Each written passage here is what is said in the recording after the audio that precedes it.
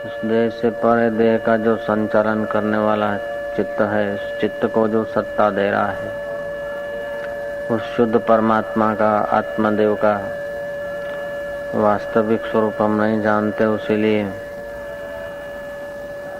मानते हैं कि देव कोई आकाश पाताल में है, हमारा ईश्वर कोई देश विशेष में है, हमारा ईश्वर कोई क्रिया साध्य है। परमात्मा कोई क्रिया साध्य चीज नहीं है। जो क्रिया से पैदा होता है वो क्रिया का फल देकर वो चीज फिर नाश हो जाती है। क्रिया प्रकृति में होती है, प्रकृति परमात्मा की सत्ता से सत्ता वाली है। तो परमात्मा कोई क्रिया साध्य चीज नहीं है। क्रिया तो चित्त को, मन को कर्तृत्व भाव में लाती है, लेकिन क्रिया का जहाँ से सत्ता मिलती है, उस सत्ता स्वरूप परमात्मा का अनुभव करने के लिए चित्त को सूक्ष्म किया जाए, फिर वो सूक्ष्म चित्त परमात्मा तत्व में विश्रांति करता है। बहिर्मुख चित्त जो है वो जगत के तरफ और देह के तरफ भागता है। अंतर्मुख चित्त जो है वो स्वरूप की विश्रांति के तरफ झुकता है। तो चित्त को एकाग्र करने के लिए उपाय तो कई है, इन सतत चित्त एकाग्र तो नहीं रह सकता, इसलिए 4 मार्ग बताए, 4 उपाय साधन बताए। कभी तो ध्यान में डूबे, ध्यान से समय बच जाए तो ओमकार का जप करे। उस जप से भी विवेक वैराग्य प्रखर होता है। ओम का पवित्र जप करने पर वाणी का और वृत्तियों का संयम होने लगता है। ध्यान, जप, स्वाध्याय, स्व का अध्ययन हो, अपना स्वरूप क्या है। ये हाड़ मांस की देह हम नहीं, इस देह में तो रोज कितना ही अन्न, जल, फल आदि डालते हैं। नहीं खाया तब ये चीजों का नाम होता है, खा लिया तो मैं मान लेते हैं। तो ऐसा शरीर को अगर मैं मानते हैं तो इस मैं का हिस्सा रोज नया बदलता जाता है। नया कुछ अन्न जल खाते हैं, फल आदि, सब्जी आदि, तो उसमें से 3 हिस्से होते हैं। स्थूल हिस्से का तो हर रोज प्रातः काल विसर्जन होता है। मध्यम हिस्से का रक्त बनता है, मांसपेशियां। सूक्ष्म हिस्सा मन और बुद्धि को पोषण देता है। ये अन्न से बना जो मन है, अन्न से बना जो तन है, ये तन और मन दोनों बदलते रहते हैं। अन्न से जो मन बनाने की सत्ता है, अन्न से जो तन को पोषित करने की सत्ता है, वह जो सत्ता है वो हम है। सत्ता जो है वो मैं हूँ। ऐसा जो चिंतन करता रहता है वो देर सबेर अपने स्वरूप को हस्तमलकवत पा लेता है। तो ध्यान, जप, स्वाध्याय, स्व का अध्ययन हो ऐसे शास्त्र, स्व की खबरें दे ऐसे ग्रंथ का विचार करें।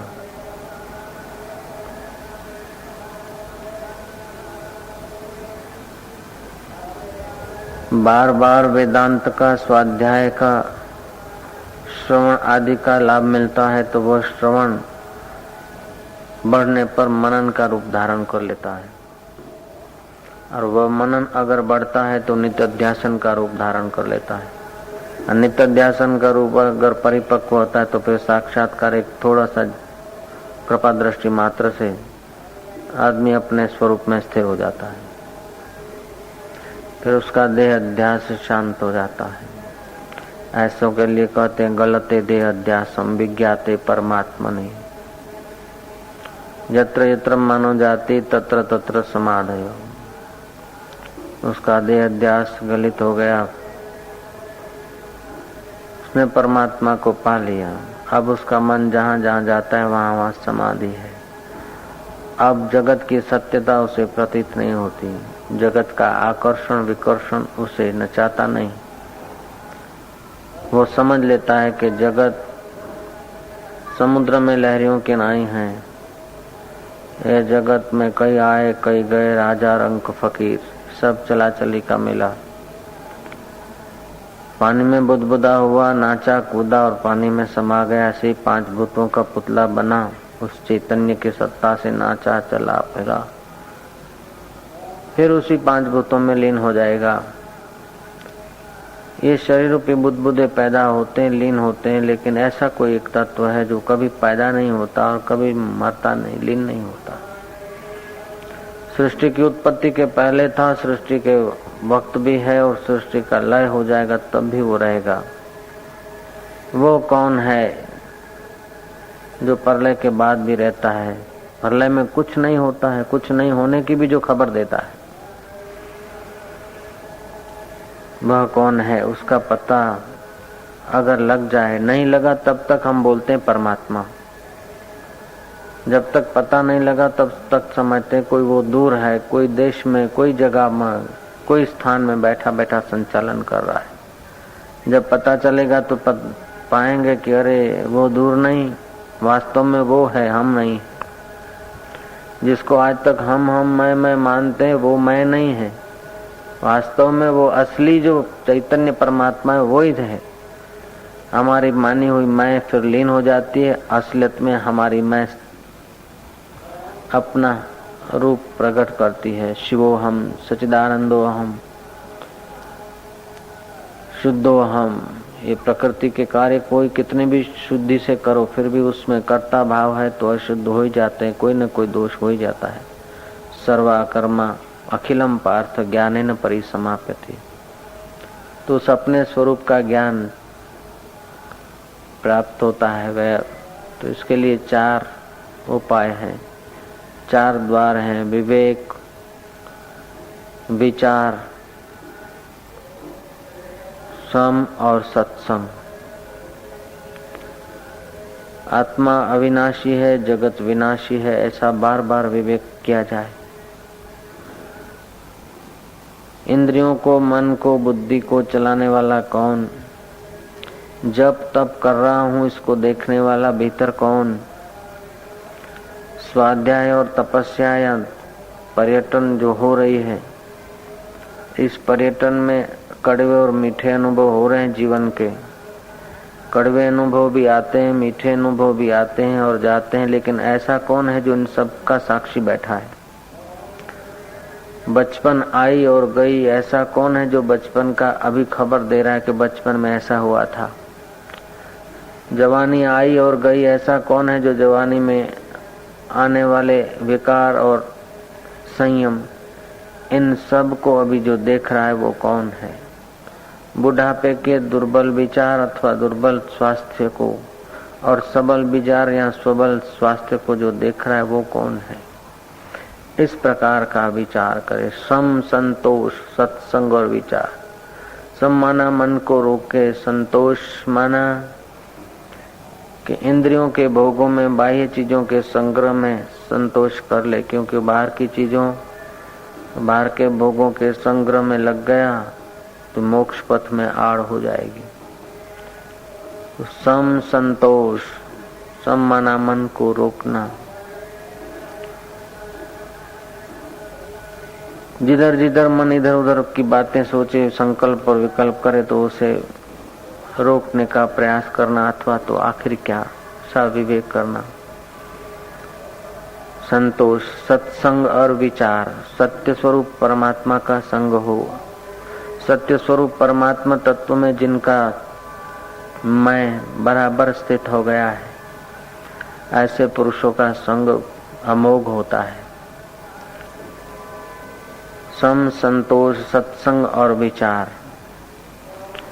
विचार जब तब के विचार अलग बात है, नियम टाइम के विचार अलग बात है। यहाँ तो विचार ये है कि विचार कहाँ से उठता है, उस विचार का विचार। मैं कौन हूँ इसका विचार करना है। मन बुद्धि के परे और तमाम अनुभवों को जो देख रहा है वो कौन। ईश्वर किसको कहते हैं, परमात्मा किसको कहते हैं, जीव किसको कहते हैं, इस प्रकार का विचार। जिस चीज को पाना है उसकी पहले समझ होनी चाहिए, डेफिनेशन होनी चाहिए। हमारे पास उस तत्व की थोड़ी बहुत शास्त्रीय डेफिनेशन होगी तो मन फिर उस प्रकार की चिंतन में लगेगा। तो आत्माकार चिंतन करने से वृत्ति आत्माकार होगी। जगताकार जो अंदर भरा है आकर्षण, वो क्षीण होता जाएगा। ये धीरे धीरे ज्ञान परिपक्व होता है ज्ञानियों के संग से। ध्यान और जप मदद तो करता है, लेकिन ध्यान के बाद भी ध्यान का करने वाला मौजूद रहता है। समाधि लगी, समाधि के 4 भेद होते हैं, आनंदानुगत, विचारानुगत, सविकल्प और निर्विकल्प। है समाधि, फिर निर्वाण, महानिर्वाण, ये सब होते। लेकिन इन सब का अनुभव करने वाला, समाधि करने वाला मौजूद रहता है। वो करने वाला, समाधि करने वाला, समाधि लगी तब भी, समाधि सविकल्प थी तब भी, समाधि निर्विकल्प हो गई तब भी, और समाधि से उठा तब भी।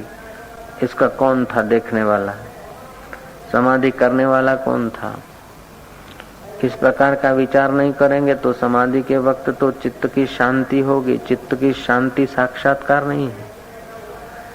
चित्त की शांति, चित्त की प्रसन्नता, ये सत्व गुण है। चित्त की शांति एकाग्रता का फल है, लेकिन साक्षात्कार का फल है कि चित्त शांत हो, अशांत हो, एकाकार हो, अनेकाकार हो। उससे परे जो है, उसमें जो स्थित है,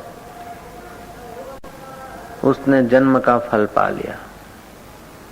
तुलसीदास ने कहा, तन सुकाय पिंजर कियो, धरे रैन दिन ध्यान। तुलसी मिटे न वासना, बिना विचारे ज्ञान। जब तक भीतर कर्ता मौजूद है तब तक वासना, बुद्धि पूर्वक की वासनाएं दूर नहीं होती। सुख लेने की वासना, जीवन जीने की वासना, एक वासना अगर बाकी है तो अनेक उनके पीछे हो सकती है। तो वासना निर्मूल तभी होती है जब भी हम परब्रह्म परमात्मा में अपने मैं को बाधित कर देते हैं। इसलिए सम, संतोष, विचार और सत्संग, ये 4 मोक्ष के द्वारपाल है।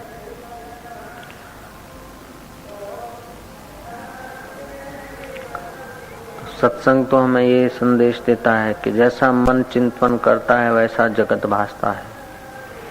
जैसे संस्कार पड़ जाते हैं हम ऐसा अपने को मानने लग जाते हैं। हम गुजराती, हम पंजाबी, हम जैन, हम वाणिया, हम सन्यासी, हम त्यागी, हम जति, हम तपी, हम जोगी, ये सब जो कुछ है सुन सुनकर अपने ऊपर हमने थोप लिया है। वास्तव में ये व्यवहारिक है, सामाजिक है, सापेक्ष है। परमात्मा सापेक्ष नहीं। परमात्मा को कोई उपाधि की अपेक्षा नहीं और परमात्मा कोई संस्कारजन्य वस्तु नहीं।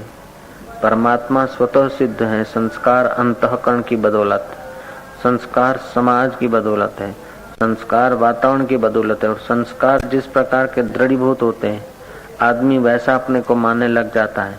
लेकिन ये मान्यता एक बात है, सत्य दूसरी बात है। मान्यता इस शरीर में आए और ऐसे संस्कार पड़े, हमने अपने को ऐसा मान लिया। मृत्यु हुई और दूसरे के शरीर में प्रवेश हुआ, जन्म फिर दूसरे ढंग से हुआ तो हम अपने को उसी प्रकार का मानने लगे। फिर मृत्यु हुई और तीसरी जगह जन्मे तो हम अपने को उस प्रकार का मानने लगे। तो ये सत्य नहीं है, ये तो संस्कार अर्जन हुआ।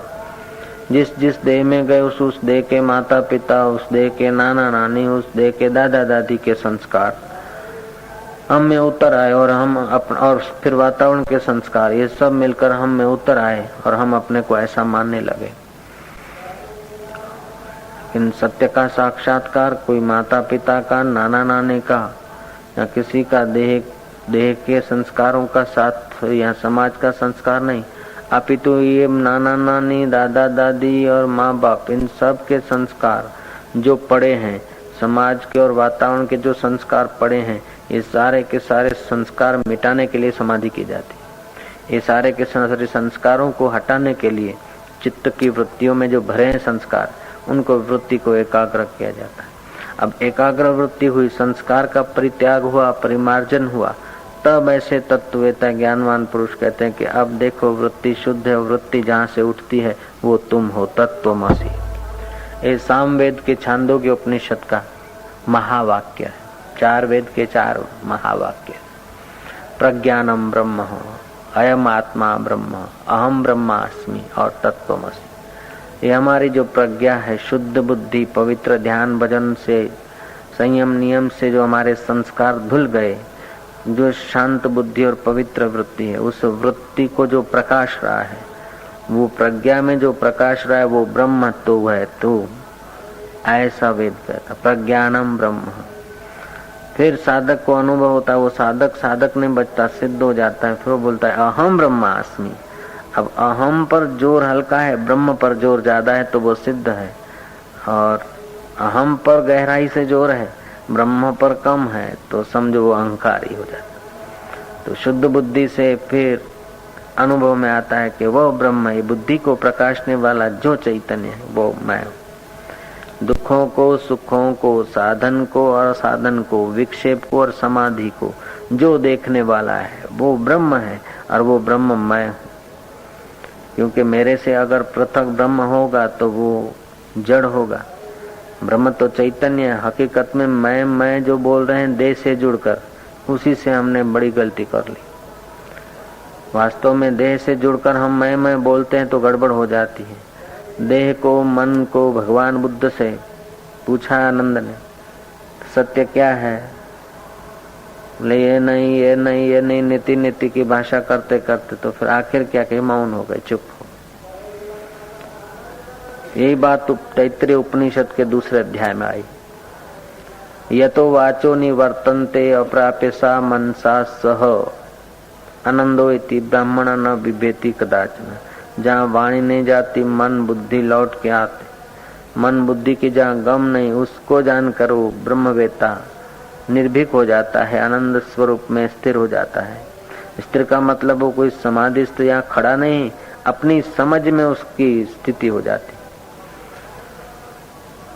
फिर जैसा उसका प्रारब्ध भिक्षा मांगकर जिए, उसको कोई परवाह नहीं, राज्य करे उसे कोई परवाह नहीं, समाधि करे उसे कोई परवाह नहीं। उसने जान लिया कि ये शरीर नहीं, इंद्रियां नहीं, प्राण नहीं, मन नहीं, बुद्धि नहीं, चित्त नहीं, मैं जो चित्त के साथ जोड़कर बोल रहा है वो नहीं, चिदावली नहीं। लेकिन इस चिदावली से लेकर शरीर और इंद्रियों पर्यंत जो कुछ हो रहा है वो सब परिवर्तित हो रहा है, प्रकृति में हो रहा है। इस प्रकृति को सत्ता देने वाला जो है वही मैं हूँ। उसको अगर वो समझ लेता है तो वही ब्रह्म है। पहले तो वो अपने को आत्म रूप से समझ लेता है, फिर गुरु लोग कृपा करके विवेक करा देते कि जो आत्मा है वही परमात्मा है, जो घड़े का आकाश है वही महाकाश है, जो तरंग है वही पानी है, और जो पानी है वही तरंगित होकर अल्प दिख रहा है। ऐसे ही जो ब्रह्म है वो चिदावली में स्फुर कर, चिदावली फिर चित्त में स्फुर कर, चित्त इंद्रियों में स्फुर कर, इंद्रियां संसार में दौड़कर अपने को वो तुच्छ सा बना रखा है। वरना ये तुच्छ होता नहीं। संसार के व्यवहार से भी वो तुच्छ, स्वयं वो सच्चिदानंद परमात्मा तुच्छ नहीं होता।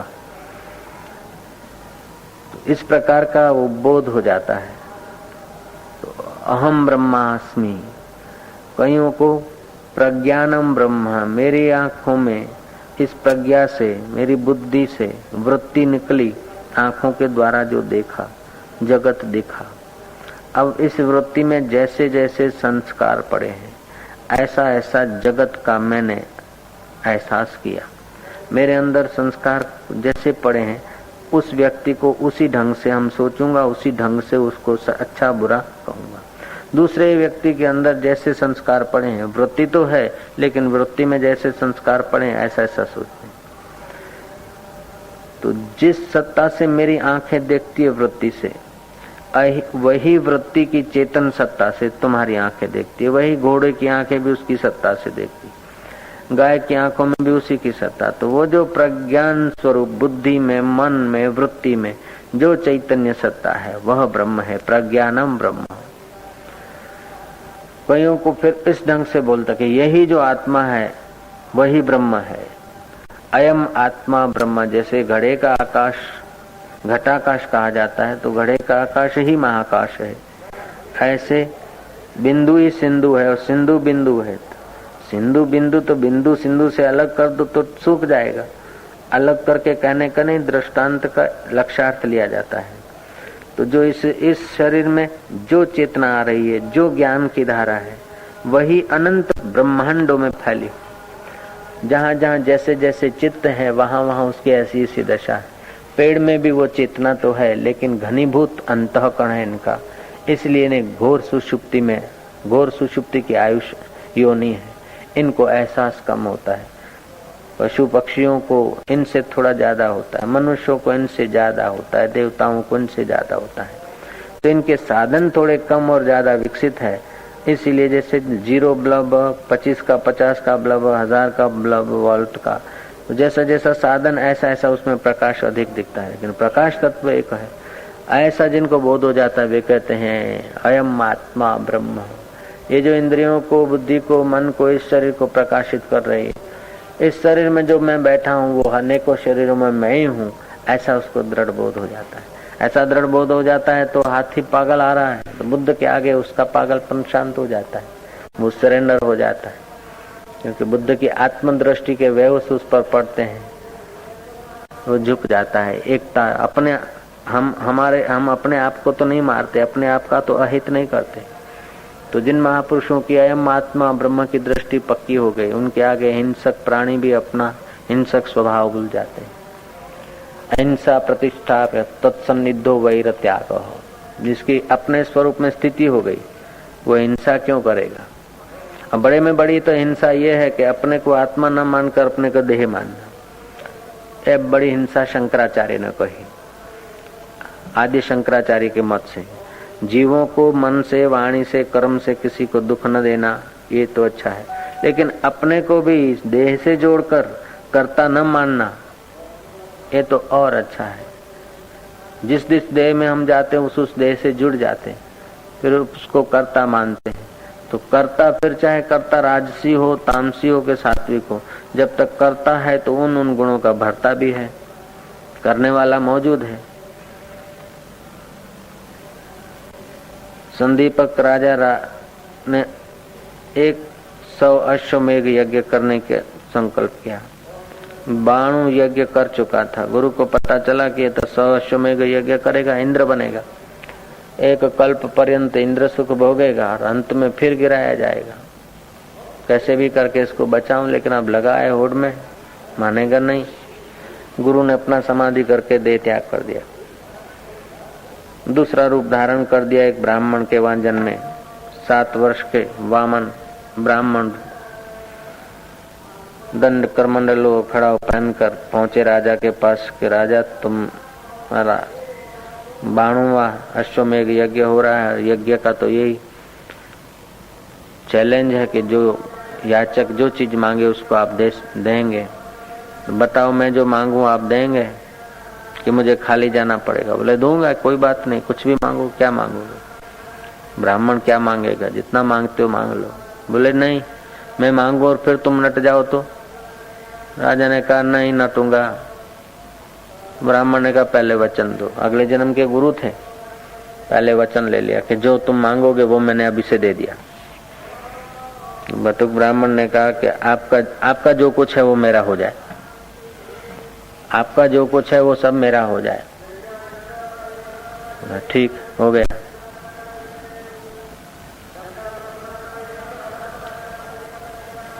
तो दान के बाद दक्षिणा होती है। कोष खोल के दक्षिणा देने लगे। बोले ये तो आपका था, वो तो मेरा हो गया, दक्षिणा ये कैसे देगा? मन से सोचने लगे कि बात तो ठीक है, अब दक्षिणा कहाँ से लाऊं? बोले ये मन भी आपका था, वो मेरा हो गया, मेरे मन का उपयोग क्यों करते? तो ठीक है, बुद्धि में नहीं रहा है कि बात तो ये भी ठीक है, बराबर है, अब क्या करूं? फिर सोचा, बोले अब क्या करूं ना करूं, जो तुम्हारा था वो मेरा हो गया, तो फिर क्या करने का तुम्हारा क्या होता है? क्या करना क्या न करना वो मेरी बात। तो सुनसान हो गया, सोचते सोचते मूर्छित सा हो गया। उसे स्वप्न आया अथवा गुरु के योग बल से उसे एहसास हुआ मैं मर गया हूँ, यमपुरी पहुंचा हूँ। यमपुरी का दूसरा नाम संयमपुरी भी। चित्रगुप्त ने निकाला लेखा, इसने अश्वमेघ यज्ञ किए हैं, पुण्य आत्मा है, लेकिन ये पुण्य आत्मा पुण्य करने में जो कुछ पाप हुए, जो कुछ झूठ कपट छोटी मोटी जो भी कुछ पाप प्रवृत्ति हुई और प्रकृति की चीजों का उपभोग किया, सूर्य के किरण लिए, पानी पिया, पृथ्वी पर रहा, तो इसने जो अच्छा किया उसका भी जमा है और इसका खर्च जो है वो भी है। अब बोलो तो सुख पहले चाहिए अथवा तुमने जो भोग भोगा है उसका दुख चाहिए। राजा ने सोचा सुख भोग कर फिर दुख भोगेंगे मजा नहीं आएगा, पहले जो हमारे पुण्य होता है उसको रखो, पाप का फल दे दो। आदेश हुआ कि इसको मरुभूमि में फेंक दो। मरुभूमि में तप रहा है, वहां गुरु के चरणों में बेहोश सा होकर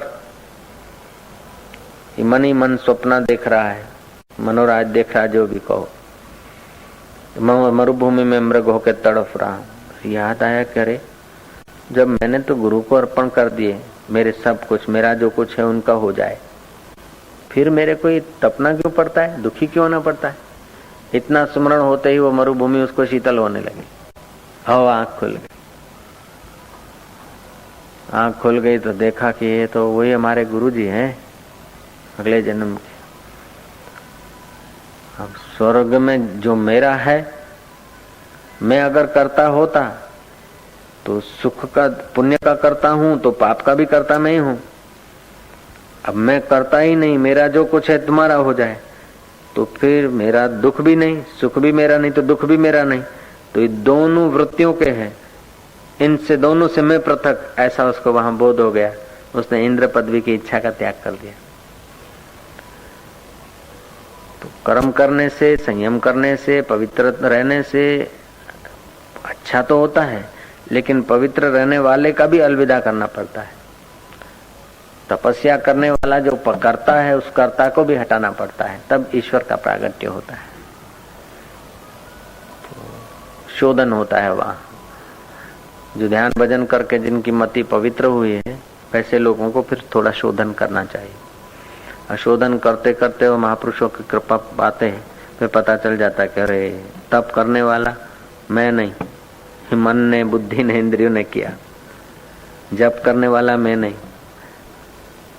जब भी प्राणों की सत्ता से होता है, मन के सहयोग से।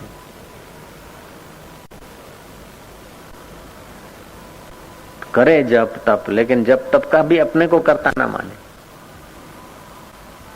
होने दे। ये प्रकृति में जप का, तप का, पुण्य का, एक सुख का, इसका भोक्ता अपने को न माने, तो जो सुख का भोक्ता नहीं वो दुख का भोक्ता भी नहीं बनता।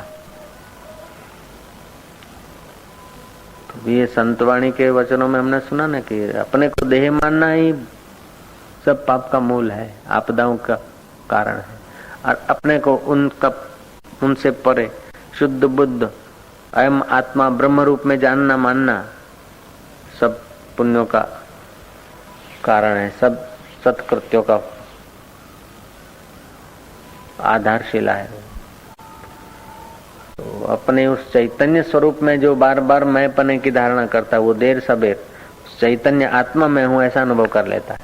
और जो देह को अब मैं पटेल हूं सुन सुनकर हम पक्के हो गए कि मैं पटेल हूं, मैं गुजराती हूं, मैं पंजाबी हूं, ये सुन सुन करके तो माना है। आत्मा नाम न दीक्षति हर्षम अमहर्ष विनिर्मुक्ता न मृतो न च जीवति। धीर पुरुष फिर संसार की चीजों से या संसार से द्वेष भी नहीं करता और राग भी नहीं करता। हर्ष और अमहर्ष, जहां हर्ष है वहां शोक होता है, तो वो संसार की वस्तुओं में अथवा उसके चित्त में हर्ष भी नहीं होता, अमहर्ष भी नहीं होता। किसी को देखकर ये बड़ा, इसका पद बड़ा, अपने छोटे। जहां हर्ष है वहां शोक होता है। वो संसार की वस्तुओं में अथवा उसके चित्त में हर्ष भी नहीं होता, अमहर्ष भी नहीं होता किसी को देखकर, ये बड़ा, इसका पद बड़ा, अपने छोटे, और देखता कि बड़ों में भी हम सैर कर रहे हैं, छोटों में भी हम ही गिड़गिड़ा रहे हैं, सब हमारा खेल है, सारा तमाम दुनिया है खेल मेरा, ऐसा उसको बोध हो जाता। धीरो न द्वेष्टि संसारम आत्मा नम न दीक्षति, फिर वो आत्मा को चाहता नहीं, क्योंकि वो स्वयं आत्म रूप में तो उसको भान हो गया, आत्मा उसका कोई दूर थोड़े है, अपने आत्मा से पृथक तो रहा नहीं जो चाहे, उसको पाने योग्य और कोई दूर पदार्थ नहीं रहा।